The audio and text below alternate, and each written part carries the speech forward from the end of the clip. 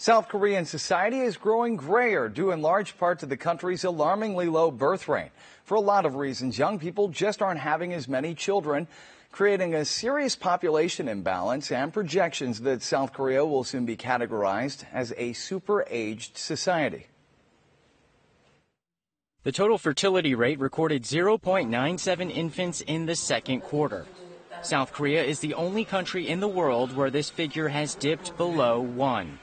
Women are unwilling to give birth due to childcare burdens, expensive private educational expenses, high housing costs, and the employment crisis.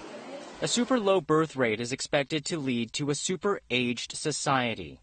4 out of 10 Koreans are forecast to be seniors by the year 2060. It will be the highest proportion of elderly in the world. Medical costs related to elderly diseases such as diabetes, high blood pressure, and dementia are expected to reach some 390 trillion won by this time. This would amount to healthcare costs accounting for 6.5% of gross domestic product. The burden of medical costs sharply rises from the 50s age group and further increases with older age.